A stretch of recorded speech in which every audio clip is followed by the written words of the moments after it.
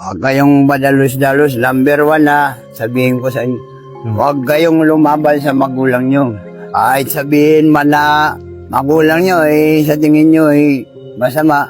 Number 1 na ano yan, ang laki ng gaba yan. Hindi tayo nabubuhay dito sa ibabaw ng mundo, hindi dahil sa ina at ama natin. Tatandaan yan. Magiging ikaw ba? Magkakaroon ka ba ng pangalan kung hindi dahil sa nanay mo at saka sa papa mo? Yan number 1 baka isipin nyo. Sabi ko, kahit ako, naging ganito man ako. Kahit kailan hindi ako lumaban sa magulang ko. Mayroon na akong problema, doon ko na lang inaano sa ibang ano. Si ang ama't ina natin isa lang.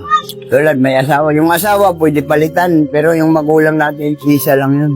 Sana naman ito, magkaisa tayo kayatin natin yung mga sumisibol, bigyan natin sila ng magandang aral o hindi sumunod sa mga henerasyon natin. Kung kayo man, bata, kung kaya man kayong pag-aralin ng magulang nyo, magpumilit kayo makatapos. Yun lang yung ano ko kasi iba talaga yung may pinag-aralan ka.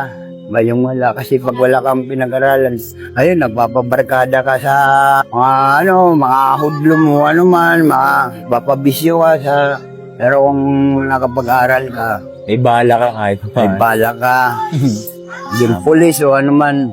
Para sa akin, sabi ko, lalo na huwag na sila masyado mapusok. Kasi bata nga, sobrang kukulit eh. Pagdating naman naghihiya ka naman, iwasan nila yung gulo. Unang-una gulo at saka bisyo. Iwasan nila yung nagdadala eh. Pag may bisyo ka, magulo isip mo. Kung ano naiisip mo, di ba? Para sa mga bata, tutok niyo sarili niyo sa sport, basketball, gaya may paliga kami, di ba? Ako nga, sisisi na ako laki. Dati, sobrang kulit ko talaga. Halos naman ako ng kulungan talaga. Halos kalahati ng buhay ko, nakakulong ako.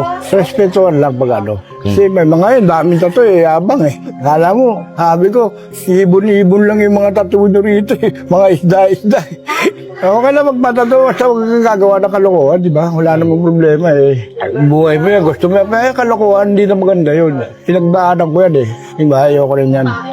Bata ka ngayon, sagot-sagutin ka, mababastos ka lang, di ba? Iba na mga kabataan. Kaya nga, sabi ako na lang.